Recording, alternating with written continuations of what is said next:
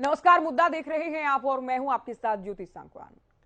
आज का मुद्दा है सीएम के दावे से जुड़ा, क्योंकि सीएम मनोहर लाल ये दावा करते हैं कि कांग्रेस ने लोगों को निर्भर बनाया और हमने स्वाभिमानी बनाया है। तो सीएम ने विपक्ष को निशाने पर लेते हुए एक बार फिर से नौकरी में पर्ची खर्ची सिस्टम खत्म करने का दावा किया, जो कि बहुत बार सीएम कहते हैं। ऑनलाइन ट्रांसफर का जिक्र किया गया, पेंशन घर बैठे बन रही है ये कहा गया, और राशन कार्ड की प्रक्रिया को सरल किया गया कि यानी लोगों को दफ्तर के चक्कर नहीं लगाने पड़ते। तो व्यवस्था परिवर्तन के जरिए लोगों का स्वाभिमान बनाने का दावा किया गया, तो कांग्रेस पर लोगों को निर्भर बनाने के आरोप लगाए गए। ऐसे में चर्चा होगी कि सीएम के इन दावों को लेकर क्या कहता कि विपक्ष, क्या मायने हैं, जनता में इनका क्या संदेश जाएगा, और क्या आगामी चुनाव में भी ये दावे चुनावी मुद्दे साबित हो सकते हैं। पहले रिपोर्ट आप देखें।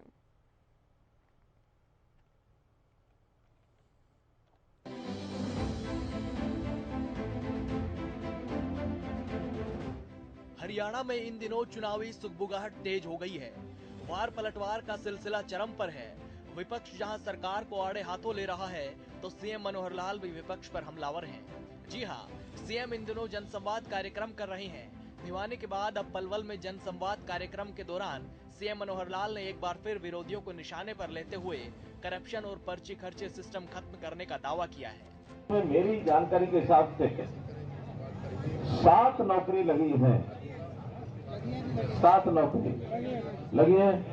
इन 7 में से किसी को आना पैसा पर्ची खर्ची कुछ देनी पड़ी हो तो बता दो। अगर किसी ने मांग भी लिया हो तो भी मुझे बता दो। आज 24 घंटे नहीं पड़ने दूंगा, काम मैं कर दूंगा उसका। हमने तो ऐसे सारे जो बीच के एजेंट थे, दौड़ कपड़िए इनको मैं कहता हूँ, दौड़ कपड़ियों के कपड़े उतरा के कुर्सी पे टंगवा दिए, जाओ भगजा। और वो कहते हैं बेरोजगार। बेरोजगार कौन है? ये हुए बेरोजगार। ये जो बीच बीच में कमीशन खोरी करते थे ना, आप इस तरह काम करा के लाऊंगा, चल चंडीगढ़ निकाल गड्डी, गाड़ी मेरे पास नहीं है, चल किराए के कर लेते हैं, दे पैसे, फिर डलवा इसमें तेल, 4 दिन वहां पड़े रहते थे, फिर उसका खाना खिलवाना, फिर उसके होटलों में रहने का खर्चा कर। इतना ही नहीं, सीएम मनोहर लाल ने ट्वीट कर कांग्रेस पर तीखा हमला बोला।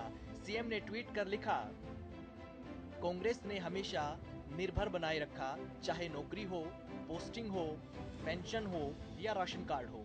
हमने लोगों को निर्भर नहीं, स्वाभिमानी बनाया है। नौकरी बिना खर्ची पर्ची दी, ट्रांसफर ऑनलाइन किए, पेंशन घर बैठे शुरू की और राशन कार्ड बिना दफ्तर बुलाए बनाए गए। जाहिर है 2024 के चुनाव से पहले हरियाणा सरकार और सीएम जनता के बीच उपलब्धियां लेकर जा रहे हैं, अपनी नीतियों और उपलब्धियों से लोगों को रूबरू करा रहे हैं। तो वहीं विपक्ष सरकार पर कई बड़े मुद्दों के साथ हमलावर है। ऐसे में एक बार फिर सीएम ने पर्ची खर्ची से लेकर ऑनलाइन ट्रांसफर, पेंशन और राशन कार्ड जैसे मुद्दों को लेकर दावा किया है कि सरकार ने व्यवस्था परिवर्तन करते हुए हरियाणा के लोगों को स्वाभिमानी बनाया है। देखना यह है कि सीएम के इस दावे का आम हरियाणवी पर क्या असर होता है और विपक्ष सीएम के इन दावों और आरोपों का क्या तोड़ निकालता है। News desk, Haryana news. तो रिपोर्ट आपने देखी, अब सवाल देखिए, क्या वाकई सरकार ने लोगों को स्वाभिमानी बनाया है? क्या आधार के इस दावे का? क्या पर्ची खर्ची सिस्टम को जड़ से खत्म कर दिया गया? सवाल ये भी, क्या ऑनलाइन सिस्टम में करप्शन पर चोट लगी है, क्योंकि ऑनलाइन ट्रांसफर की बात कर रहे हैं सीएम? क्या अब मनचाही जगहों पर ट्रांसफर नहीं होते? क्या पूरी तरह से व्यवस्था परिवर्तन हो गया है? और क्या वाकई घर बैठे लोगों को पेंशन मिल रही है? 60 साल की उम्र होते ही क्या स्वतः खुद की ऑटोमेटिक तरीके से पेंशन बन रही है? बीते 8 से 8.5 साल भी करीब करीब कितना बदला है सिस्टम? तो सवाल आज के रहेंगे। सरकारी योजनाओं के लाभ को लेकर कहा जाता है कि पात्र लोगों तक ही पहुंच रही है, सिस्टम से करप्शन को पूरी तरह से खत्म किया गया है, और इसी बात की पीड़ा विपक्ष में है, बार बार सीएम कहते हैं। तो नौकरियों को लेकर बात की गई है, ऑनलाइन ट्रांसफर को लेकर बात की गई है, पेंशन बनाए जाने को लेकर सीएम दावा करते हैं कि खुद की पेंशन बन जाती है घर बैठे, और राशन कार्ड को लेकर सीएम की ओर से कहा गया है कि अब दफ्तरों के चक्कर नहीं लगाने होते। अच्छा, इसमें दिलचस्प बात यह है कि जो 4 से 5 बातें सीएम की ओर से कही गई हैं, इन 4 से 5 बातों को लेकर विपक्ष सरकार पर लगातार हमला बोलता है। ऐसे में विपक्ष अब सीएम के ट्वीट को लेकर, इनके दावे को लेकर क्या कुछ कहेगा, इस पर भी चर्चा होगी।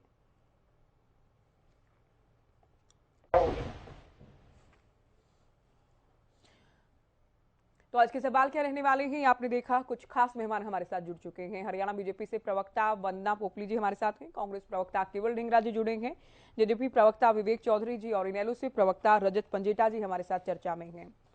स्वागत है सभी का। शुरुआत वंदना जी आपसे करेंगे। क्या अलग आप महसूस कर रहे हैं, किस तरह से स्वाभिमानी बनेंगे हम, और क्यों ये लगता है सीएम को या सरकार को कि कांग्रेस ने निर्भर बनाया था? ज्योति, आपको मेरी आवाज आ रही है? जी बिल्कुल। देखिए, जहाँ तक निर्भर होने की बात है या आत्मनिर्भर होने की बात है, अगर हम कांग्रेस के समय में और भारतीय जनता पार्टी के समय में अगर देखें कि क्या डिफरेंस है, तो सबसे बड़ा डिफरेंस यही समझ आता है कि पहले जो सरकार है वो नेताओं की जेब में होती थी, उनकी पर्चियों के हिसाब किताब से चला करती थी। अगर कोई वाजिब काम है तो उसके लिए भी किसी न किसी नेता के चक्कर काटने पड़ते थे, तब जाके वो वाजिब काम होता था। चाहे राशन कार्ड ही बनवाना है, छोटा सा काम था, अगर राशन कार्ड भी बनवाना है तो नेता के पास जाओ, वो पर्ची लिख कर देगा, तब वो काम होगा। और गैर वाजिब काम तो इनके कार्यकर्ताओं के खाली हुआ करते थे, ये तो हमें बताने की आवश्यकता नहीं है। लेकिन आज मैं मानती हूँ कि जो सरकार है वो लोगों की जेब में है। ये एक छोटी सी डिवाइस जो मोबाइल है, हम बहुत सारी चीजें हैं अपने मोबाइल से कर सकते हैं। हमें मालूम है कि अगर कहीं पर कोई भी सरकारी पोर्टल है, हमें बहुत बार कह दिया जाता है कि पोर्टल की सरकार है, और मुझे याद है हुड्डा जी ने ये भी कहा था कि जब हम वापस आएंगे तो वो सारी सिस्टम खत्म करेंगे, रिवर्ट कर देंगे। तो मुझे लगता है कि हरियाणा के लोगों का भला नहीं चाहते, ये कहते हैं कि जो सुविधाएं हमारे फोन में हमें मिली हुई हैं, जिसके लिए हमें सरकारी दफ्तरों के चक्कर काटने की जरूरत नहीं है, किसी नेता के चक्कर काटने की जरूरत नहीं है, वो कहते हैं कि हम सब खत्म कर देंगे। एक छोटा सा एग्जाम्पल है, बहुत सारी चीजें मुख्यमंत्री जी के ट्वीट में भी आपने सुना, लेकिन एक यूपीआई इंडिया में जो स्टार्ट हुआ है उसके बाद एक छोटे से छोटा अगर कोई काम कर रहा है, रेडी लगा रहा है, रिक्शा लगा रहा है, तो भी उसको कैश की जरूरत नहीं है।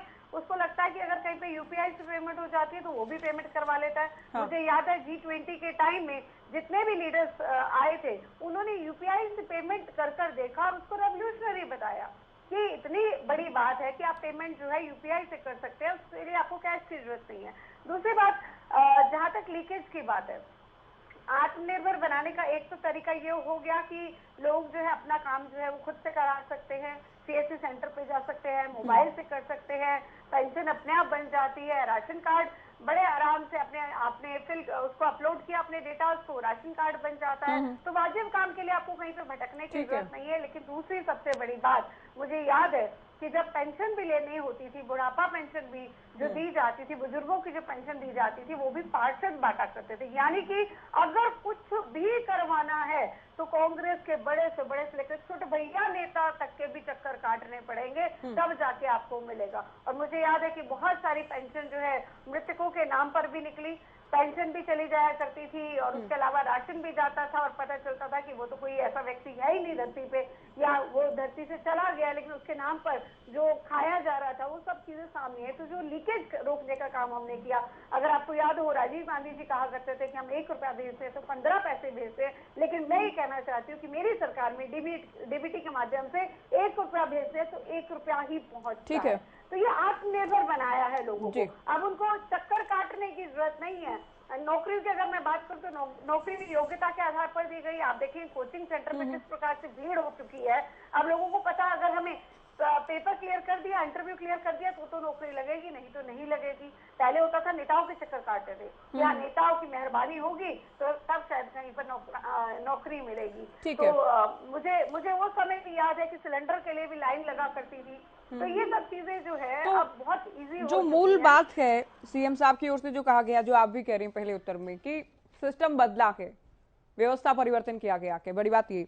केवल ढींगरा जी, पोपली जी ने अपने जवाब में कहा कि पहले नेताओं की जेब में सरकार और सिस्टम थे, अब आम लोगों की जेब में सरकार और सिस्टम के, क्योंकि मोबाइल फोन में सारा सिस्टम आ गया के, तमाम जो प्रक्रियाएं हैं सरकारी योजनाओं से जुड़ी वो बेहद सरल कर दी है सरकार ने।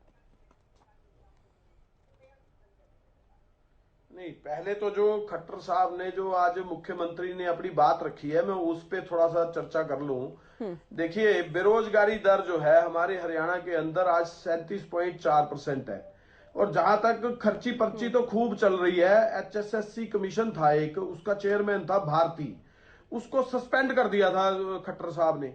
वो क्यों किया था सस्पेंड, ये बताना चाहिए इनको।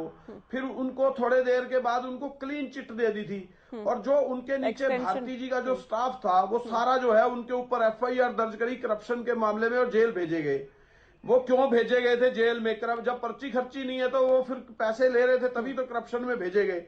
दूसरी बात, HPSC का एक डिप्टी डायरेक्टर जो अपने दफ्तर के अंदर पैसे लेते हुए कई करोड़ रुपए पकड़ा गया और वो जेल गया, तो फिर खर्ची पर्ची कौन सी हुई? मेरे को ये समझ में नहीं आया कि जो जब पैसे लिए हुए पकड़े जाते हैं तो कितनी ढिठाई से ये बात कहते हैं। इसको कहते हैं ढीठ। ढीठ नहीं होता जो आदमी, वो ये कहता है कि भाई हमको कोई पर्ची नहीं, कोई खर्ची नहीं।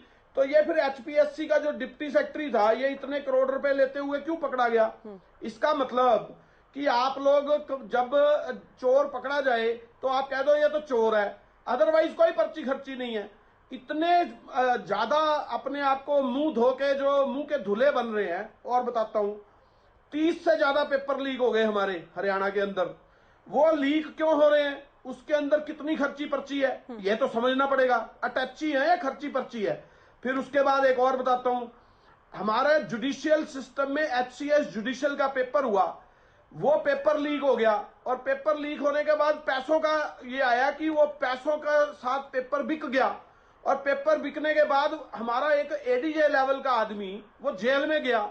और उसके बाद जो है हरियाणा सरकार ये कहती है पर्ची खर्ची नहीं हम कर रहे, तो जेल में जा रहा है जो आदमी ADJ लेवल का, एक जज लेवल का आदमी जेल में जाता है तो पर्ची जी केवल जी इस तरह से देंगे, ऑनलाइन ये करेंगे। ऑनलाइन के माध्यम से 5 लाख आदमियों की पेंशन काट दी। हाँ, ये 5 लाख आदमी जो है वो टेस्ट से आए थे जिनकी पेंशन काटी। उन लोगों को, गरीब आदमियों को पेंशन काटने की सरकार ये कहती है कि हम जो है ओल्ड ऑनलाइन दे रहे हैं। बताइए, उसके बीच में आपने एक परिवार पहचान पत्र बना दिया। पहले तो वो नहीं था। एक बुजुर्ग जो है जिसके बच्चे उसको छोड़ के चले गए, आपने तो उसकी पेंशन, उसकी अमाउंट भी उस प्रॉपर्टी ID में जोड़कर, उसकी परिवार पहचान पत्र में उसकी अमाउंट जोड़कर उसकी पेंशन काट दी। तो वो आदमी तो धक्के खा रहा बेचारा बुजुर्ग, उसकी हालत खराब करने के बाद कहते हो बहुत अच्छा काम किया हमने। उसके बाद आप ये देखिए, आज ही 47 पैसे बिजली का रेट बढ़ाया। जो हमारा 25 साल का एक एग्रीमेंट हुआ था बिजली कंपनी के साथ, वो उसके अंदर सिर्फ मात्र 2.5 रुपए में के करीब उसकी जो बिजली है उसका यूनिट के हिसाब से हमारा अमाउंट का सिस्टम था, उसको काट करके 12 रुपए यूनिट का बिजली का सिस्टम, और आज 47 पैसे और बढ़ा दिया। काम नहीं है तो और क्या? ठीक है, इसे लेकर भूपेंद्र हुड्डा साहब ने भी निशाना साधा इस बात को लेकर भी। ठीक है, आप जो CMI के आंकड़ों की बात कर रहे थे, आपने शुरुआत के ही वाक्य में कहा, अभी तो ना मुख्यमंत्री के जवाब तो देने दीजिए, पोपली जी का जवाब तो मैं दे देता हूँ। नहीं, मैं तो बात ही नहीं कर रही हूँ पोपली जी या मुख्यमंत्री की बात नहीं कर रही। आपने शुरुआत में जो आंकड़ा दिया केवल जी, सरकार CMI के आंकड़ों को नहीं मानती है। आप जो 36%, 37 या 34% की बात करते हैं, तो सीएम विधानसभा में भी जवाब दे चुके हैं कि बेरोजगारी दर, जिसको नहीं मानते तो सेक्टर के आंकड़ों को मान लीजिए, वो भी तो यही कह रहे हैं। 1,82,000 पद खाली पड़े हैं। ये कह रहे हैं हमने पर्ची खर्ची के बगैर पद लगा दिए, तो फिर 1,82,000 पद कैसे खाली पड़े हैं? एक और बना दिया कौशल रोजगार योजना, वो है कच्ची भर्ती योजना, उसके अंदर पक्की भर्ती तो होगी नहीं। तो 65,000 अगर कच्ची भर्ती योजना खोली है, अगर उसमें कोई आदमी भर्ती होंगे, तो आप ये देखिए कि वो भर्ती जो पक्की भर्ती है उसकी 65,000 की लिस्ट कट जाएगी, क्योंकि आपने भर्ती कर ली। तो वो तो तब तक, जब तक पक्की भर्तियां नहीं की जाती तब तक के लिए जल्दी प्रक्रिया के लिए क्या गया है? वो कौशल रोजगार निगम की आप बात कर रहे हैं। केवल जी, आप काफी समय ले चुके हैं, काफी समय बोल चुके हैं आप। चलिए जल्दी बात कंप्लीट कर लीजिए, जल्दी बात कंप्लीट कीजिए। अभी तो मैं पूरी बात कर रहा हूँ। अच्छा, ये बात है। इसके बाद तो 1,82,000 पद खाली पड़े हैं, और जो ये कह रहे हैं कि हमने भर्तियां कर दी। अब B और C कैटेगरी को छोड़कर कहाँ भर्तियां की? अभी जो कौशल रोजगार की एक मीटिंग ले रहे थे मुख्यमंत्री, उसमें कहा कि एक जज का माथा खराब है, उसका भी माथा ठीक कर देंगे। इस तरह के वर्ड का प्रयोग करते हैं माननीय मुख्यमंत्री जी। ये भी नहीं देखते कि हम टीवी के ऊपर जो बात कर रहे हैं उस मानहानि भी बनती है, और मानहानि बनती है राहुल गांधी जी पे। उनके सिर्फ इतना कहने पे भी भ्रष्ट मोदी, जो नीरव मोदी और जो दलित मोदी था, वो भ्रष्टाचार में इतने पैसे देश से बाहर कैसे ले गया। चलो वो तो अदालत का फैसला है ना, वो तो आप लोगों को अदालत में लड़ाई लड़नी थी। और सीएम अपने बयान को लेकर स्थिति स्पष्ट कर चुके हैं कि उनका कहने का मतलब क्या था। माफी मांग ली ना, लेकिन वो बोल रहे हैं कि माथा खराब है जज का, ये भी बोल सकते हैं ना। इसके बाद माफी मांग लो, एक आदमी को गाली लो और उसके बाद माफी मांग लो, ये भी अच्छा चलन है। एक आदमी एक जज को, केवल जी ठीक है, अभी आप सुनिए। अरे सर, मैं आपको ही कैसे सुनती रहूं? लोगों के लिए फैसले करने हैं, उस आदमी को बोलो कि उसका माथा खराब है, और फिर मैंने माफी मांग ली। चलिए पोपली जी कुछ कहना चाह रही हैं, आप संक्षिप्त में कहिएगा, क्योंकि अभी 2 प्रवक्ता और हैं जिनको जोड़ना है चर्चा में। पोपली जी। देखिए, केवल धिंगड़ा जी ने जो अपनी बात शुरू करी, उन्होंने कुछ एक एग्जाम्पल्स दिए। उन्होंने कहा कि इसको हटा दिया, इसको जेल में डाल दिया, ये कर दिया, ये पकड़ा गया। मतलब मुझे बड़ी खुशी हुई कि जब ये इस तरह की बात कहते हैं कि ये पकड़ा गया, वो पकड़ा गया, तो करप्शन केसेस में अगर कोई करप्शन करेगा तो उसको हम पकड़ेंगे, चाहे वो अपना हो, पराया हो, कोई अधिकारी हो, चाहे कांग्रेस का हो। मैं आपके लंबे भाषण के बीच में मैं बिल्कुल नहीं बोली थी, ये आपके कार्यकर्ताओं का भाषण नहीं है, डिबेट है। अरे सत्यवादी हरिश्चंद्र नहीं है, सत्यवादी हरिश्चंद्र नहीं है, झूठों का पुलिंदा है आप, झूठों का पुलिंदा है, झूठ का पुलिंदा जो खोला था उसका जवाब भी सुन लो। डर क्यों रहे हो? राहुल गांधी की तरह डरते हो क्या? राहुल गांधी की तरह डरते हो क्या? जैसे राहुल गांधी डरता, राफेल से माफी मांगी कि नहीं मांगी थी? राफेल से माफी मांगी थी कि नहीं मांगी थी? अरे राहुल गांधी ने राफेल से माफी मांगी कि नहीं मांगी? राफेल पे माफी मांगी कि नहीं मांगी, मुझे ये बताइए। और आप कोर्ट को बार बार मीडिया में लेकर आते हैं, कोर्ट राय को बार बार मीडिया में लेकर आते हैं। राहुल गांधी ने कहा था कि ये सारे मोदी चोर क्यों हैं।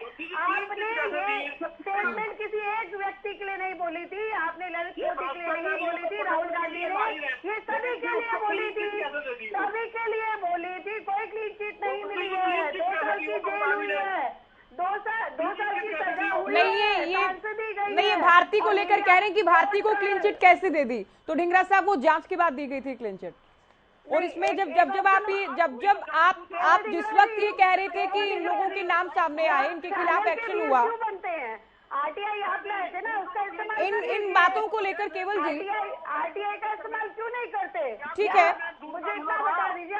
कांग्रेस इन बातों को लेकर कहती है कि करप्ट लोगों के खिलाफ एक्शन हुआ, तो सरकार तो इसे अपनी उपलब्धि बताती है। सरकार कहती है कि हम खुद ही मामले सामने लाते हैं, हम खुद इन्वेस्टिगेशन कराते हैं, हम खुद ही जांच कराते हैं। सरकार अपनी पीठ थपथपाती इन बातों को लेकर। चलिए केवल जी अभी आप सुनिए। अरे जाइए ना कोर्ट में, आरटीआई मांगिए। पोपली जी आप भी सुनिए, आप दोनों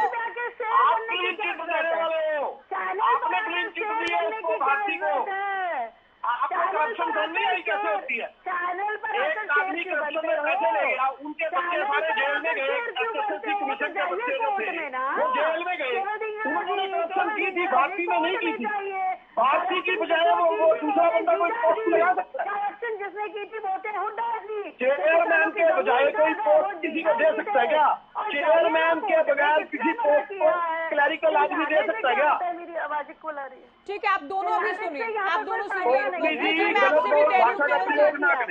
आप दोनों सुनिए, मुझे ऑडियो डाउन करवानी होगी। इस्तेमाल नहीं किया, ठीक है, इतना बोल रही हूँ कि चैनल पर आकर शेयर क्यों बनते हैं आप? कोर्ट ठीक है, अभी दूसरे प्रवक्ताओं के पहले उत्तर तो आने दीजिए प्लीज, आप दोनों सुने।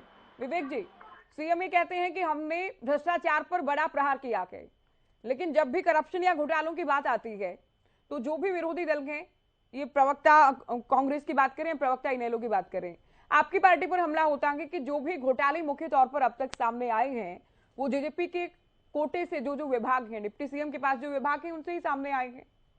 तो करप्शन को लेकर, घोटालों को लेकर तो जेजेपी पर हमलावर रहते हैं विपक्ष। ज्योति जी अभी मैं ढिंगरा साहब की भी बातें सुन रहा था, और बारी बारी जो आपने जिक्र किया कि डिपार्टमेंट्स के ऊपर एलिगेशन आता है कि हाँ घोटाले हो गए या घोटाले हो रहे हैं। एक बात मेरे समझ नहीं आती, अगर कोई घोटाले को रोका जाए, जो पिछले लंबे अरसे से कोई गड़बड़ झोल चला आ रहा था उसको रोका जाए, रोकने के बाद पब्लिक को बताया जाए तो उसको घोटाला आप कैसे कह दें? अगर मैं धान की बात करूं, फिजिकल वेरिफिकेशन माननीय दुष्यंत चौटाला जी ने डिपार्टमेंट संभालते ही कराने का काम किया, उसके अंदर कितना बड़ा गड़बड़ झोल पकड़ने का काम किया, कार्रवाई उनके ऊपर करने का काम किया, वो कैसे आप घोटाला कह रहे हैं? अगर रजिस्ट्रियों के अंदर रजिस्ट्री करने का ऐसा माध्यम बना दिया, घर बैठे आप अपॉइंटमेंट ले सकते हैं, तहसील का आपको चक्कर लगाने की जरूरत नहीं, घर बैठे आपको रजिस्ट्री मिलेगी। आज जब रजिस्ट्री अगर मैं एक्साइज डिपार्टमेंट, क्या कहा ज्योति जी आपने? रजिस्ट्रियां जब बंद होंगी तब भी घर बैठे बनवा लेंगे? नहीं, रजिस्ट्रियां बंद कब होंगी? अवैध कॉलोनियों की रजिस्ट्रियां तो पहले ही बंद है और आज भी बंद है। जी, अभी की मैं बात नहीं कर रही बताइए। विपक्ष जो आरोप लगाता है कि आप कह रहे हैं कि बहुत पहले से जो चला आया, लेकिन कोरोना काल में जो हुआ, आप शराब घोटाले की बात करें, रजिस्ट्री को लेकर जिस तरह से हमला बोला जाता है, तो ये ऐसा नहीं कि बहुत सालों से जो चला आ रहा था उस पर अब अंकुश लगा दिया गया?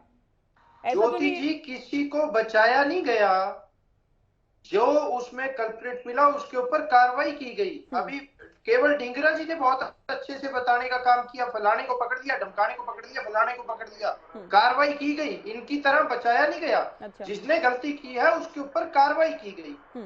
आप ज्यादा लंबी चौड़ी वो नहीं है, मैं तो एक एक डिपार्टमेंट का बता रहा हूँ। आपने एक्साइज डिपार्टमेंट का कहा, एक्साइज डिपार्टमेंट के अंदर भी रोक लगाने का काम किया गया। जो पहले एक गेट पास के ऊपर 10-10 गाड़ियां निकालने का काम इनकी सरकारों द्वारा किया गया, उसके ऊपर रोक लगाने का काम किया गया। उसके लिए पूरा चेक सिस्टम बनाने का काम किया गया, उसके लिए सारा सिस्टम एक तरीके से बनाया गया, उसका कंट्रोल रूम बनाया गया। हर एक चीज के ऊपर एक कंट्रोल लगाया गया कि कहीं भी लीकेज ना रहे, और कहीं पे कोई कमी पेशी आती है तो उसके ऊपर कार्रवाई की जाती है। अभी केवल ढींगरा जी ने बताने का काम किया बहुत अच्छे से कि फलाने को भी पकड़ लिया, धमकाने को भी पकड़ लिया। पकड़ने का काम तभी किया गया अगर किसी ने गलती की, छोड़ा किसी को नहीं गया, बचाया किसी को नहीं गया। आज के दिन केवल ढींगरा जी अभी बात कर रहे थे बिजली बिजली बिजली। ढींगरा साहब, एग्रीमेंट किसके टाइम में हुआ था? वो तो हुड्डा साहब ने भी बता दिया आज। लेकिन दरें बढ़ी किसके टाइम में है? अगर बात एग्रीमेंट किसके टाइम में हुआ था? हुड्डा साहब के टाइम की बात बता रहे हैं तो एग्रीमेंट क्या रेट था? जो अब जो रेट है जिसको रिन्यू किया गया, रिन्यू करने के बाद कितना बढ़ाया गया? कि अब जब बात कर रहे हैं तो आप पूरी बात बताएं। शर्तें, हाँ मैं वही तो बता रहा हूँ, शर्तें किसने रखी थी, एग्रीमेंट बनाया किसने था, एग्रीमेंट करा किसने, किया किसने था, वो भी बताने का काम करो ना, पूरी डिटेल लेके आओ। नहीं, पूरी डिटेल लेकर बैठे हैं। हुड्डा साहब भी इसे डिटेल से लेकर तो पीसी कर चुके हैं, प्रेस वार्ता भी कर चुके हैं। हुड्डा साहब ने आज अपने आप बताने का काम किया कि मेरे टाइम में एग्रीमेंट किया गया था। हुड्डा साहब ने अपने आप बताने का काम किया ना प्रेस कॉन्फ्रेंस में। तो सबके सामने, इसमें तो कोई छुपा छुपी वाली बात है नहीं। ये बातें उसी तरह की करो ना जो सही लगे। आप ये भी बताइए ना कि हमने किया था और किस तरह, क्या लूपहोल्स उसमें थे और कितनी कमीशन उस टाइम पे खाई गई थी। आज के दिन आप आरोप लगाना तो बहुत आसान है, आज के दिन ये तो देखिए कि हाँ आपने क्या किया और सरकार क्या कर रही है। सरकार निरंतर काम पे लगी हुई है। अभी बात कर रहे हैं कौशल रोजगार की, एक साइड कहते हैं रोजगार नहीं दिया, एक साइड कह रहे हैं कौशल रोजगार। सवाल भी कर रहे हैं और जवाब भी खुद दे रहे हैं। एक साइड कह रहे हैं भर्तियां नहीं हो रही, दूसरी साइड क्या कहते हैं पेपर लीक हो गई। अगर पेपर लीक हुआ तो कोई लगा नहीं, पेपर कैंसिल हुआ है। आपकी तरह नहीं है कि भर्तियां कोर्ट में चली गई, कोर्ट से कैंसिल हुई है, ऐसे नहीं हुआ। अगर किसी ने कोई गलती की है उसके ऊपर कार्रवाई की गई, कार्रवाई करके पेपर कैंसिल किया गया। ऐसे आरोप लगाने से कुछ नहीं होगा। रोजगार भी दिया जा रहा है, सभी चीजें दी जा रही है, सिर्फ आरोप ही लगाएंगे उसका तो कोई फायदा नहीं है। ठीक है रजत जी, देखिए सीएम का जो ट्वीट है उसमें जो 4 से 5 बड़ी बातें हैं वो सरकार की बड़ी उपलब्धियों को, जो कि सरकार मानती है, उन उपलब्धियों को भी दर्शाता है कि हमने पहली बात तो सिस्टम में बहुत बड़ा बदलाव ला दिया है। अच्छा, पेंशन को लेकर बार बार कहा जाता है कि अब जैसे ही 60 साल की उम्र होगी बुजुर्गों को कहीं जाने की जरूरत है नहीं, घर बैठे पेंशन बनेगी। तो ये कहीं ना कहीं 60 साल या उससे अधिक उम्र के लोग हैं उनको भी साधने का प्रयास है। आप मानते हैं कि सरकार के लिए कोई पॉजिटिव मैसेज इसके लिए जा रहा होगा? देखिए ज्योति जी, सरकार है किस लिए?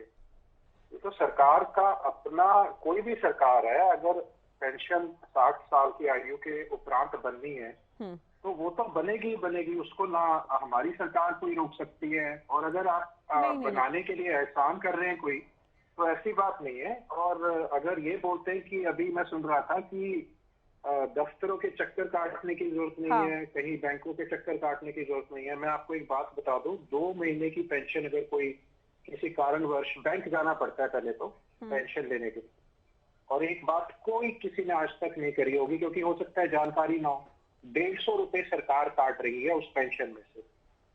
150 रुपए का अमाउंट सरकार काट रही है। सरकार ये बताए ठीक है, जिस दुनिया में नहीं रहे उनकी पेंशन ठीक है, वो स्वाभाविक सी बात है बाय डिफॉल्ट, लेकिन जो जिंदा है उनकी पेंशन काटी जा रही है, जो विकलांग है उनकी पेंशन काटी जा रही है, जो अनसाउंड माइंड के हैं उनकी पेंशन काटी जा रही है, उनको 4-4, 5-5 दफा पंचकुला बुलाया जा रहा है, दफ्तरों के चक्कर कटवाए जा रहे हैं। वो सरकार को नहीं दिख रहा क्योंकि धरातल पे क्या है और स्टूडियो में बैठ के क्या बोलना है, मैं सभी बातें सुनिए, सभी नोट करिए, एक एक चीज का जवाब दूंगा। मुख्यमंत्री जी ने कभी जो माननीय न्यायाधीश के बारे में, हाईकोर्ट के न्यायाधीश के बारे में जो टिप्पणी करी थी, आज तक मुख्यमंत्री जी के मुंह से आपने भी कहा माफी मांगी।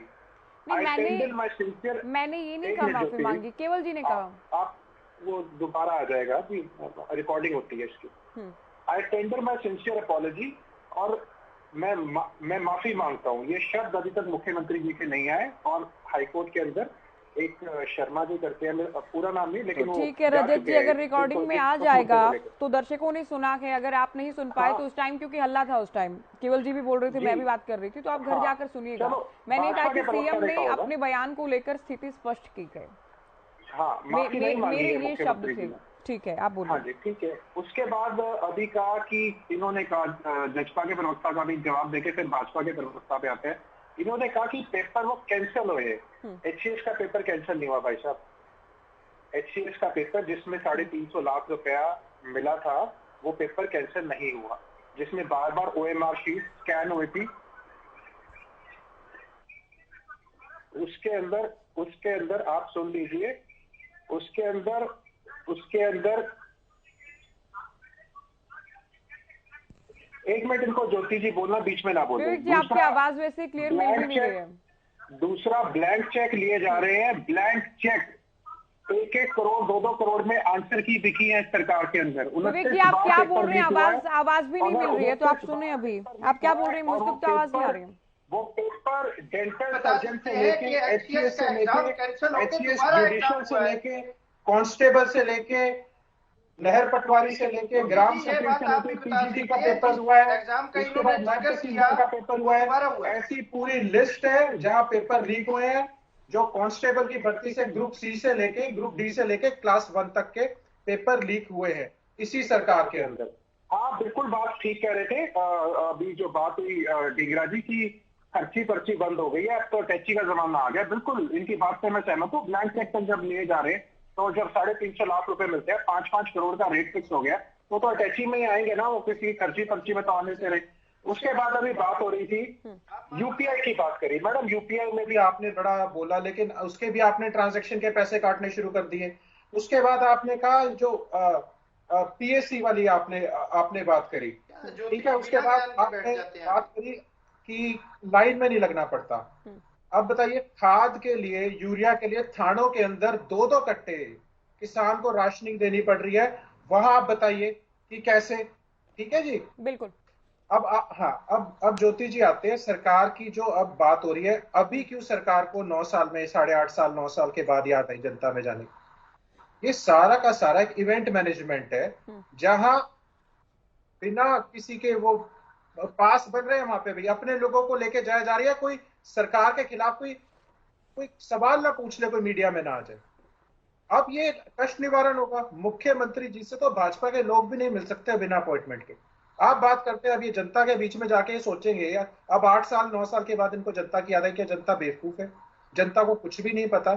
जनता को अभी कभी आपने भाजपा के प्रवक्ता को देखा है कि वो महंगाई पे बात करे? क्योंकि इन्हें महंगाई लगती नहीं। कभी बात करा है? कभी गैस सिलेंडर पे, पेट्रोल डीजल के दाम पे, कभी बेरोजगारी के ऊपर? कहते हैं कौशल रोजगार खोल दिया। अपने लोगों को बैकडोर एंट्री का जरिया बनाया और कुछ नहीं। और वो भी क्या है, वो भी कच्चे कर्मचारियों का पक्का अड्डा है और कुछ नहीं है। वो कोई संवैधानिक उसका कुछ नहीं है। कंपनी लॉ के अंडर रजिस्टर करा रखा है उसको, एक कंपनी चला रहे हैं बस, और कुछ भी नहीं है। क्या उनकी बेचारों का क्या फ्यूचर है? ना कोई पेंशन है, ना कोई आगे कुछ भी है। कंट्रैक्ट बेसिस के ऊपर है, कंट्रैक्चुअल, ये थोड़ी ना हम कह सकते। 1,82,480 पद सरकार में खाली पड़े हैं। ठीक है, आपकी बात हम मान भी लें एक बार के लिए। विधानसभा में भी कहा गया कि बैकडोर एंट्री के लिए बनाए गए हैं, लेकिन क्या सभी को सरकारी नौकरी देना पॉसिबल है? पहला सवाल ये सीएम भी कह चुके हैं नहीं है संभव। दूसरा, जब हरियाणा गठन से लेकर हरियाणा निर्माण से लेकर अब तक के आंकड़ों की तुलना करें तो मनोहर सरकार की करीब 8 से 8.5 साल में सर्वाधिक सरकारी नौकरियां दी गई हैं।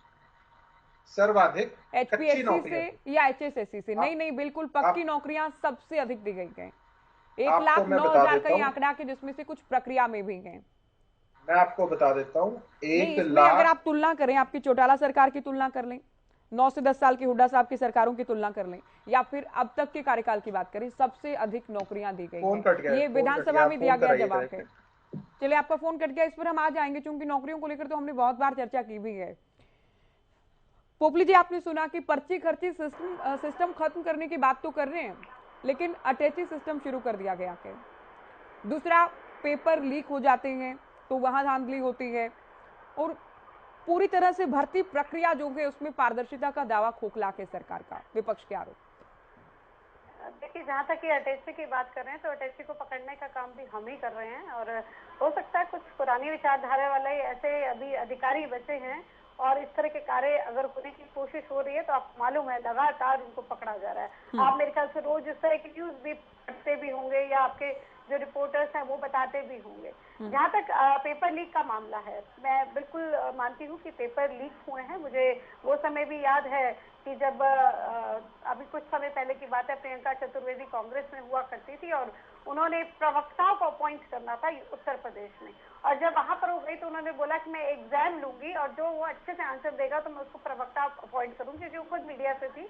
तो वो पेपर भी लीक हो गया था। तो यहाँ पर बात पेपर लीक होना या पेपर आउट होना दोनों चीजें अलग है। जहाँ से पेपर बना है वहां से आउट नहीं होता, लेकिन एक बार अगर वो एग्जाम हॉल में आ जाता है तो किसी कारण से कुछ ऐसे व्यक्ति इसमें इन्वॉल्व हो सकते हैं जो उसको लीक कर देते हैं। अब सबसे बड़ी बात यह है कि पेपर लीक होने का क्या नुकसान किसी को हुआ? अगर कहीं पर पेपर लीक हुआ तो उसको पेपर को हमने कैंसिल किया, साथ के साथ हमने अगली बार और चीजें बेहतर कर दी ताकि ये पेपर लीक ना हो। और पूरी कोशिश ये की जाती है कि जो पेपर लीक अगर होता है तो अयोग्य व्यक्ति जो है उनको कहीं जॉब ना मिल जाए, जो कि पहले हुआ करता था। हमारी कोई भी भर्ती कोर्ट में पेंडिंग नहीं है। पहले के समय में भर्तियां कोर्ट में पेंडिंग हुआ करती थी। मैंने अभी सुना यहाँ पर कांग्रेस के प्रवक्ता कह रहे थे कि 5 लाख पेंशन कट गई। तो मैं आपको बताना चाहूंगी कि जो लीकेज रोकने का काम हमने किया है डीबीटी के माध्यम से, तकरीबन हमने 1125 करोड़ बचाए हैं। साथ के साथ 3.25 लाख फर्जी पेंशन, ये मृतक भी नहीं है, फर्जी पेंशन जा रही थी, उसको हमने बंद करने का काम किया है। अभी यहाँ पर ये कह रहे थे, मतलब कुछ चीजें ऐसे कॉन्ट्राडिक्टरी हो रही हैं तो मुझे समझ नहीं आ रहा। कभी तो कहते हैं कि कार्यकर्ता से मुख्यमंत्री नहीं मिल सकते, माफ कीजिएगा, कार्यकर्ता मुख्यमंत्री से नहीं मिल सकते, अपॉइंटमेंट नहीं मिलता। फिर ये कहते हैं कि अपने लोगों को ही एडजस्ट करने के लिए ये सब किया जा रहा है। कभी कहते हैं कि कार्यकर्ताओं की सुनी नहीं जाती, कोई भी भाजपा में मुख्यमंत्री नहीं सुनते। अब मुझे लगता है कॉन्ट्राडिक्टरी बात नहीं है। एक तरफ तो आप कहते हैं कि कार्यकर्ता मिल नहीं सकते, उनकी सुनी नहीं जाती, दूसरी तरफ आप कहते हैं उन्हीं को एडजस्ट करने में लग रहे हैं। तो मुझे लगता है कि कहीं ना कहीं आपको जानना चाहिए कि आप यहाँ क्या बोल रहे हैं। अभी यहाँ पर इन्होंने एक और बात कही पंजेटा जी ने कि 150 रुपए कट रहे हैं, तो ये तो मैंने आज पहली बार इनके मुंह से सुना है कि कहीं पर पेंशन के 150 रुपए कट रहे हैं। मैं लगातार लोगों के बीच में रहती हूँ, संपर्क में रहती हूँ, मेरे पास एक भी ऐसा केस नहीं आया है। दूसरी बात यहाँ पर कहते हैं कि एक सेकेंड, मैं आपके बीच में नहीं बोली थी, कृपया करके आप अपने बारे में बोलिएगा। हम अगर चोर दरवाजे बंद कर रहे हैं तो उसमें तकलीफ क्या है? अभी यहाँ पर कभी कहते हैं कि भ्रष्टाचार हो रहा है। नहीं, ये तो कह रहे हैं कि चोर दरवाजे बंद नहीं कर रहे हैं, बल्कि बैकडोर एंट्री करवा रहे हैं आप लोग। चोर दरवाजे बंद नहीं कर रहे, बैकडोर एंट्री करा रहे हैं। विधानसभा में ज्योति ऑन रिकॉर्ड है, इनके जितने भी लीडर हैं, उन्होंने, किरण चौधरी हैं, हुड्डा जी हैं, उन्होंने आप सेशन के एंड में ये कहा था, जब सेशन खत्म हो रहा था तब उन्होंने कहा था कि मुख्यमंत्री जी आप बहुत ईमानदार हैं। ये ऑन रिकॉर्ड है।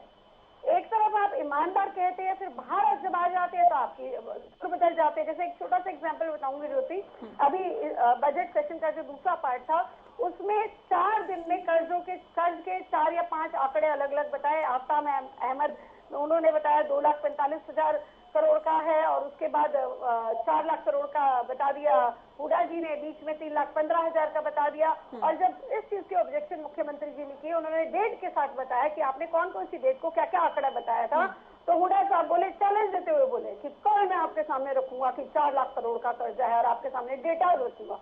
मुख्यमंत्री जी ने कहा कि हम प्रतीक्षा करेंगे, वो भी प्रतीक्षा करते रह गए, हम भी करते रह गए और आप भी करते रह गए कि आज वो कुछ देंगे, कुछ बताएंगे, डेटा उनके पास नहीं, तबीयत खराब थी उनकी, हुआ पोपली जी उनकी तबीयत खराब थी हुडा साहब की। हालांकि वो डाटा भेज सकते थे, वो उपनेता को दे सकते थे, या फिर दूसरे जो बड़े नेता हैं कांग्रेस के पास बहुत सारे बड़े विधायक हैं, उनको दे सकते थे, लेकिन प्रेस वार्ता में बताते हैं हुडा साहब। जब बाद में प्रेस कॉन्फ्रेंस करते हैं तब वो वही प्रश्न उठाते, लेकिन डेटा फिर भी नहीं देते। नहीं, डेटा दिया गया 4,23,000 करोड़ का, नहीं बाकायदा नहीं बताया गया। वंदना जी, जो भी कर्ज ले रखे हैं वो भी, लायबिलिटीज जो सरकार पर हैं वो भी, हालांकि हुडा साहब की डेफिनेशन अलग है कर्ज को मानने की, सरकार उसको अलग तरीके से मानती है। सरकार देनदारियां काउंट नहीं कर रही, हुडा साहब उनको भी काउंट कर रहे हैं।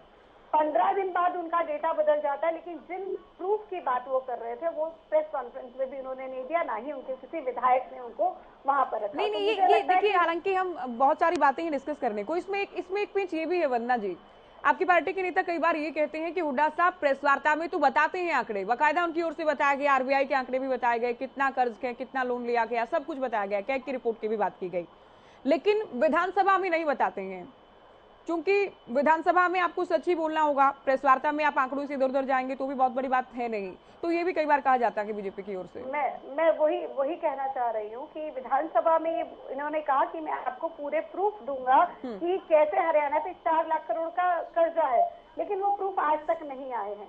और सबसे बड़ी बात, अभी यहाँ पर कांग्रेस के जो प्रवक्ता वो कह रहे थे कि प्रॉपर्टी बच्चों की ऐड करके लोगों की पेंशन काट दी गई। मुझे लगता है बेसिक चीज ही नहीं पता, हस्बैंड वाइफ की इनकम को देखा जाता है, उसमें बच्चों की इनकम को ऐड ही नहीं किया जाता, जो बुढ़ापा पेंशन है। और 1,20,000 की कैप आपने लगाई थी, उसको हमने बढ़ाकर पहले 81 करा, अब उसको हमने 3 लाख कर दिया। तो ये कैप बढ़ाने का काम भी हम लगातार कर रहे हैं। तो मुझे लगता है अभी यहाँ पर कच्ची भर्ती का भी उन्होंने बोल दिया कि कच्ची भर्ती की जा रही है, पक्की नहीं की जा रही। हालांकि आपने डेटा पे यहाँ पर बात रखी, लेकिन गेस्ट टीचर जब ये लगा कर गए थे तब कौन सी भर्ती थी, जिनको खुला छोड़ गए थे, अब आपकी मर्जी, आपके साथ क्या होगा पता नहीं। लेकिन आज वो गेस्ट टीचर सम्मानजनक सैलरी भी ले रहे हैं, उनकी जॉब भी पक्की है, वो काम हमने किया है, वो हमारी सरकार ने किया है। गेस्ट टीचर्स के पास कहीं पर ठिकाना नहीं था। और एक सीएमआई के आंकड़ों पे भी मैं ज्योति बात करना चाहूंगी कि सीएमआई आंकड़ों पे ये बार बार बोलते हैं कि सीएमआई के जो आंकड़े हैं, आप अगर आप अपने मोबाइल पे भी चेक करेंगे तो 2 महीने के चेक कर लीजिए, 1 इज अगस्त 2022 और 1 सितंबर 2022। अगर आप ये दोनों चेक कर लेते हैं तो आपको क्लियर समझ आ जाएगा। हाँ, उसमें खास अंतर है। यस, बहुत अच्छा अंतर है। और अगले महीने दोबारा से मैं आपको बता देती हूँ, अगस्त में है 36.3%, यानी कि 61.54 लोग बेरोजगार है। सितंबर में 36.78, यानी कि ये जो डिफरेंस है 22.9, यानी कि 37.78। ठीक है, इसको लेकर तो सीएम भी कह चुके हैं, आप लोग भी बहुत बार कहते हैं, इसका जो सैंपल नहीं, 24 लाख लोगों जो सैंपल गए वो भी 5 से 6,000 के बीच है, वो बहुत कम गए। अब सीएम ये कहते हैं कि 5 से 6,000 लोगों से बात की गई बेरोजगारी को लेकर, उसमें संभव है कि किसी व्यक्ति की क्वालिफिकेशन ज्यादा है, उससे कम क्वालिफिकेशन के बेस पर अगर वो नौकरी कर रहा है वो अपने आप को बेरोजगार मान रहा है। इसमें क्या किसी रिक्शा वाले से, क्या किसी बेरोजगार, क्योंकि ये जो सैंपल लिया गया कि वो बिल्कुल नाकाफी है हरियाणा के लिए, सीएम की ओर से भी कहा गया। केवल जी 18 से 21 साल के जो लोग हैं उनका भी डेटा इस्तेमाल कर दिया गया, जबकि वो उनके पढ़ने की उम्र है, उसको आप बेरोजगार में ऐड। ठीक है, कांग्रेस लेकिन ये कहती है जिन राज्यों में आपको अच्छे लगते हैं इसके आंकड़े वहां आप लोग मान लेते हैं, इनका ये बार बार कहना रहता है। मैं अभी आगे बढ़ना चाहूंगी मैम। केवल जी, सरकार का दावा रहता है कि हमने सबसे अधिक सरकारी नौकरी दी, और ये दी भी गई है, इसमें कोई दोराय है ही नहीं, आंकड़ों के साथ सरकार बताती है। सरकार इस बात को स्थापित करने का प्रयास कर रही है कि हमने बिना पर्ची खर्ची के नौकरी देना शुरू किया है, भाई भतीजावाद, क्षेत्रवाद, ये सारा सिस्टम खत्म कर दिया गया है। तो युवा अगर इन दोनों ही बातों में यकीन करते हैं तो आपको लगता है कि बीजेपी को कहीं ना कहीं चुनावी फायदा तो हो सकता है अगर इन दोनों बातों को स्थापित कर पाए लोगों के बीच। ज्योति जी, पहले तो इनका आंकड़ा गलत है, ये कह रहे हैं कि हमने ज्यादा दी, उसका काउंटेबिलिटी होनी चाहिए, कितनी ज्यादा दी। मैं आपको ये अगर बताना आप चाहूंगा, मुझे अलाउ हमारे करें, करीबन अगर मैं आपके 9.5 टाइम साल में के से थोड़ा अंदर- टाइम लेकर मैं आंकड़े सुनिए। पढ़ दूं, मुझे आप अलाउ करें, मैं आपकी इजाजत के साथ पढ़ दूं आंकड़े, अगर आप कहें। आप पूछ ले, रजत पूछे जी, कितने नहीं, आंकड़े मैं बताइए। आपसे मैं आप सभी के पूछे। सामने अभी कहूंगी, विधानसभा में दिया गया उत्तर है। रजत जी को भी मैं बताना चाहूंगी, इनको पता होगा, हालांकि 1999 से लेकर 2004-05 तक 11,808 सरकारी नौकरी दी गई थी हरियाणा कर्मचारी चयन आयोग की ओर से। हरियाणा लोक सेवा आयोग ने दी थी 3,317। तो ये तो चौटाला सरकार की बात है। और हुड्डा सरकार की बात ये थी कि 1966 से लेकर 2014 तक सबसे अधिक सरकारी नौकरी हुड्डा सरकार में दी गई थी, लेकिन उसके बाद मनोहर सरकार में सर्वाधिक दी गई है। हुड्डा सरकार में 2005 से लेकर 2014 तक हरियाणा कर्मचारी चयन आयोग ने 78,766 नौकरियां दी गई, जिसमें एचपीएससी ने 5424, क्लास 1 और क्लास 2 की नौकरियां दी गई। इसके अलावा भी आप Haryana school teacher selection board की बात करेंगे, 20,777 शिक्षकों की भर्तियां की गई। तो मनोहर सरकार से पहले सबसे अधिक नौकरियां दी गई थी हुड्डा कार्यकाल में, लेकिन अब मनोहर सरकार में दावा यह है कि 1,08,000 से अधिक सरकारी नौकरियां दी गई हैं, जिनमें से कुछ प्रक्रिया में भी हैं। अब आप बोलिए, आपको इन आंकड़ों में कुछ गलत लगता है कि ढींगरा जी? ये केवल सरकारी नौकरियों की बात है। बताना चाहूंगा, हमारे टाइम पे आपने जो बात रखी कि 78,000 नौकरियां इन्होंने कह दिया, हमारे से तो किसी ने पूछा नहीं ना, हम बताते हैं आंकड़ा। एचपीएससी और एचएसएससी करीबन 1.5 लाख नौकरी, सरकारी नौकरी हमने अपने 9.5 साल के अंदर दी है।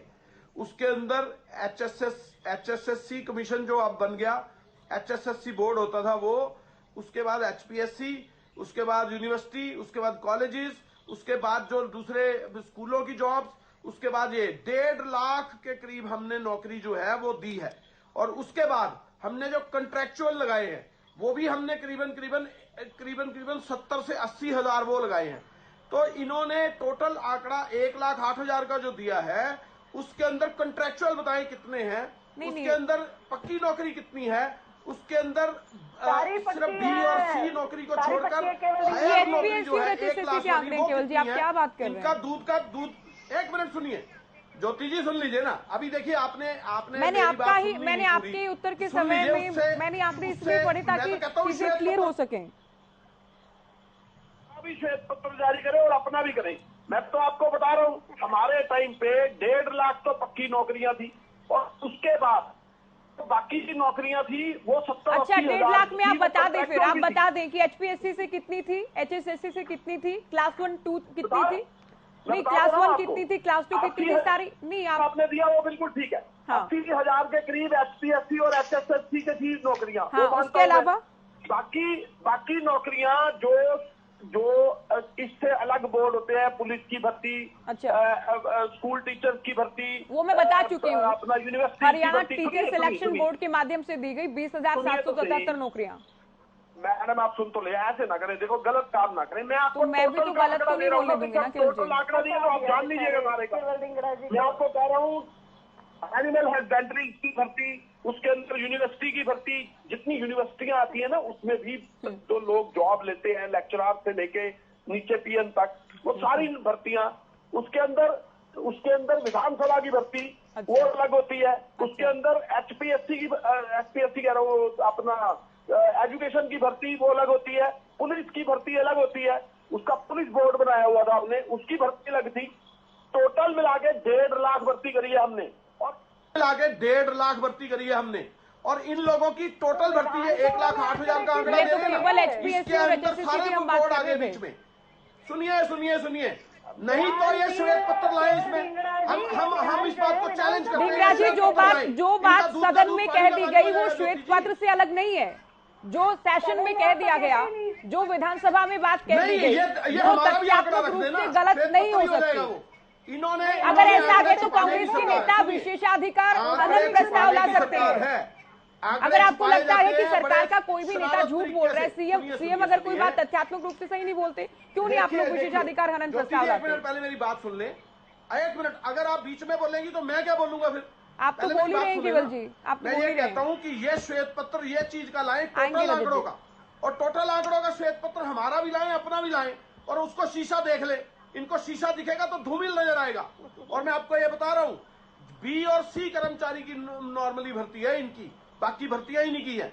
ना तो एजुकेशन में भर्तियां हुई हैं, ना यूनिवर्सिटीज में भर्ती हुई हैं। आप का देखिए झूठ सुनने के लिए टोटल नहीं 8,000 आए। पद है ये यूनिवर्सिटियों में के बोल अंदर सकते हैं, लेक्चरर्स के, इनकी आदत है, ये 4,500 पूरा है, दिन बाकी बोलते सब खाली पड़े हैं। इनकी आदत खराब है।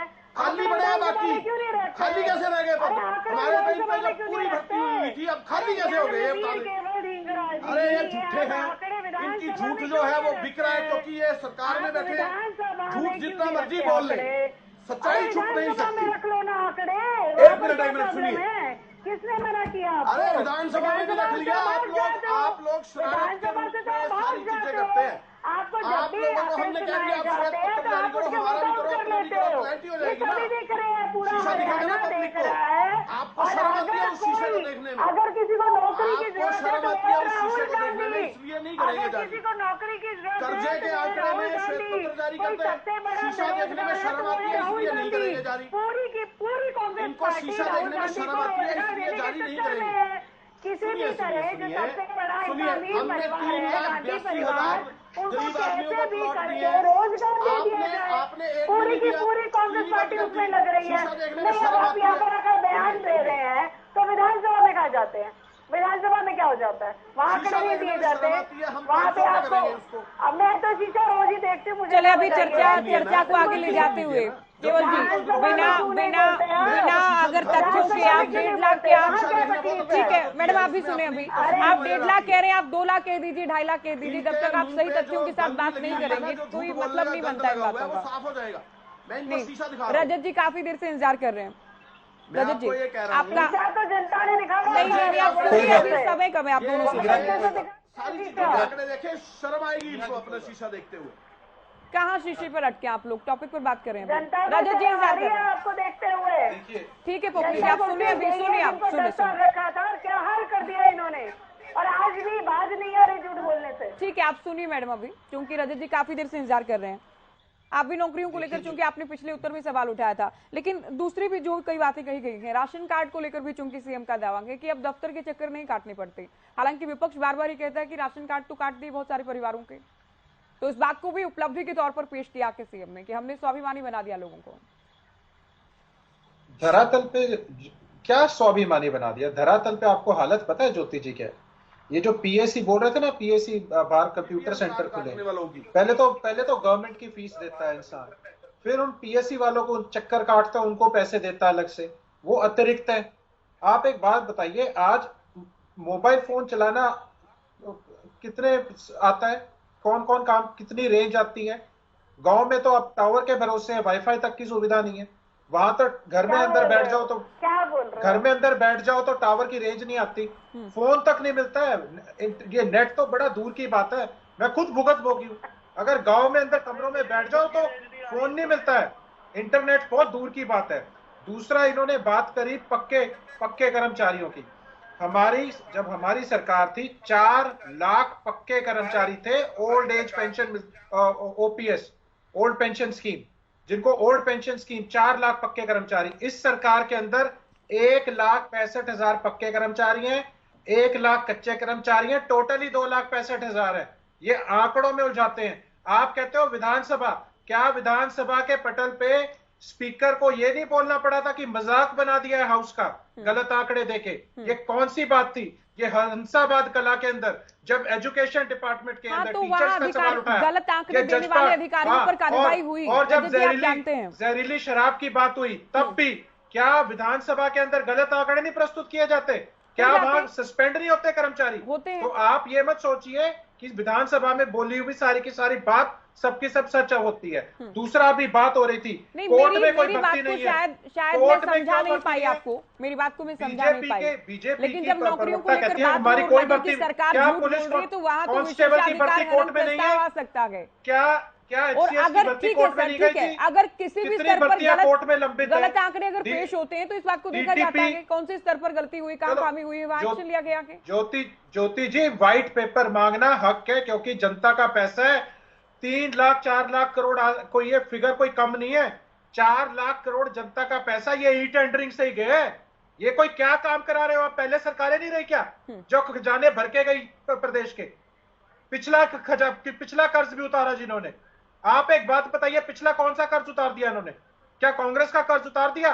इतना कर्ज ले लिया, कोई 3 लाख। तो आप लोग तो खुद ही कहते हैं कि कर्ज लेकर कर्ज उतार रही है सरकार, ब्याज उतार रही है, सिर्फ ब्याज उतार रही है, इंटरेस्ट सिर्फ इंटरेस्ट उतार रही है। कुछ हिस्सा इंटरेस्ट का दे रही है, कुछ वो दे रही है, और दोबारा ताकि लोन ले सके।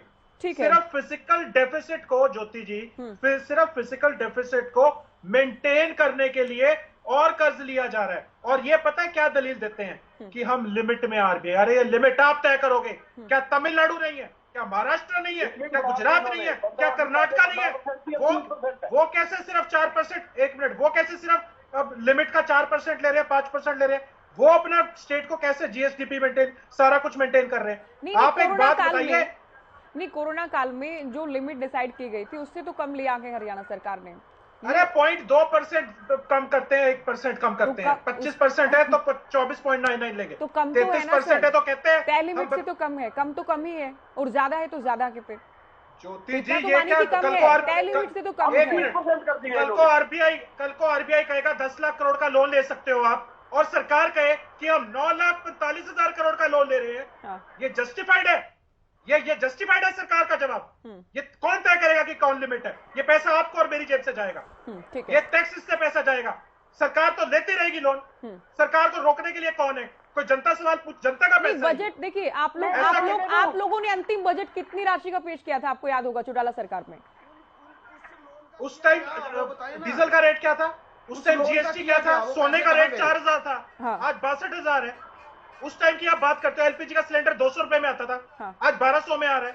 तो ठीक है, सारी चीजें बढ़ी हैं, सरकारें कोई भी पार्टी सत्ता में हो, रजत जी, कहा जाता है विकास होगा, महंगाई भी बढ़ेगी, बजट भी बढ़ रहा है, ठीक है। मेरे पास वीडियो है, पैरों से सड़कें तोड़ रही है रोड। पोपली जी कुछ बोलना चाह रहे हैं। से पैरों से टूट रही है सड़कें, पैरों से, अपने पैरों हाथों से उखाड़ रहे हैं सड़कें। क्या किया हो गया रजत पंजेटा जी? रजत पंजेटा जी हो गया, सुन लीजिए, आप बड़े कहाँ ये पैसा? सुन लीजिए, जोश की बात ही है, जोश की बात ही है, जनता का पैसा है। तेजा खेड़ा के फार्म हाउस में नहीं गया, सुन लीजिए अब आगे, ये जनता का पैसा जनता के पास ही लगा है। दफ्तर करप्शन के अड्डे बना रखे हैं। अरे सुन लीजिए रजत पंजेटा जी, सुन लीजिए, मुझे लगता है जवाब लेने का भी आप में मादा होना चाहिए। जहाँ तक कर्जे की बात यहाँ पर हो रही है, तो मुझे इतना मालूम है, हम कहते हैं कि हमने लिमिट में लिया है, और ये लिमिट जो है 5 बार पिछली यूपीए माफ कीजिएगा, हरियाणा की जो कांग्रेस सरकार है उसने क्रॉस किया था। अगर आप राजस्थान की बात करें, उन्होंने क्रॉस किया था। अगर आप पंजाब की बात करें, कर्नाटक की बात करो, गुजरात की बात करो, जो ज्यादा लेते हैं उनकी बात क्यों करते हो? अब 30% है। बहुत अच्छी बात। महाराष्ट्र की बात करो, तमिलनाडु की बात करो, तमिलनाडु की बात करो, कर्नाटक की बात करो, महाराष्ट्र की बात करो, गुजरात की बात करो, आप इन स्टेट्स का नाम क्यों लेते हो? 15% लिमिट थी कांग्रेस के टाइम में 2014 तक, अब 30% कर दिया आपने। हिमाचल जैसे रेशो को 30% कर दिया 15% से। आपकी सरकार होने दीजिए दोनों।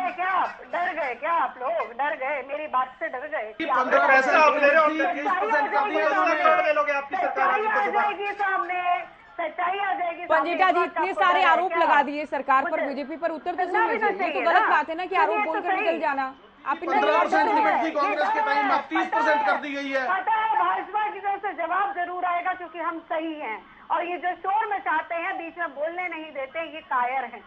मुझे कहने में कोई गुरेज नहीं है। सबसे बड़ी बात, एक मिनट पोपली जी, 15% लिमिट थी कांग्रेस के टाइम पे, अब 30% कर दिया आपने। साबित कर दिया आपका राहुल गांधी कायर है और आप भी कायर हैं, डरते हैं आप लोग, तभी बाद में माफी भी मांगते हैं। सुन लीजिए, कैसे बढ़ा दिया आपने लिमिट की? सुन लीजिए, मुझे लगता है धैर्य रखिए। 5 बार लिमिट से आप बाहर गए थे कोरोना टाइम पीरियड में, जहां पर मास्क भी नहीं बनता था, सैनिटाइजर नहीं बनता था। अरे 15% लिमिट थी ना, अब 30% लिमिट है, लिमिट ही बढ़ा दी रेशो की। 25% आपने तो रेशो की लिमिट ही बढ़ा दी, 15% से नीचे कर्जे की उसमें लिमिट थी, अब 30% है, तो कर्जा बढ़ गया ना। 25% थी, झूठ क्यों? आप चेक करिए, आपके समय में चेक करिए विधानसभा के डेटे, आपके समय 15% लिमिट के अंदर से कर्जा लेती थी कांग्रेस गवर्नमेंट, अब 30% है। चेक करिए आप, आपको पता नहीं है तो चेक करिए आप। ये तो यहाँ पे ज्योति जी आप पूछिए इनसे, इनके जो लीडर्स हैं, ज्योति जी पूछिए, 15% लिमिट थी ना उस समय कर्जे की, अब 30% है रेशो क्यों बढ़ाई है? ठीक है, बहुत शुक्रिया मैम, बहुत शुक्रिया आप सभी का, आप लोगों ने वक्त दिया और हमने चर्चा की। सीएम जो दावा कर रहे हैं उस दावे को लेकर चर्चा की कि क्या वाकई पहले लोग निर्भर थे और स्वाभिमानी अब हुए हैं, जिन उपलब्धियों का वो जिक्र कर रहे हैं, जनता में कितना असर उन उपलब्धियों का या व्यवस्था परिवर्तन अगर हुआ के तो उसका कितना असर देखा जाएगा और क्या ये उपलब्धियां जो सरकार मानती है चुनावी मुद्दों में भी तब्दील होंगी। इसे लेकर चर्चा की फिलहाल दीजिए इजाजत। नमस्कार।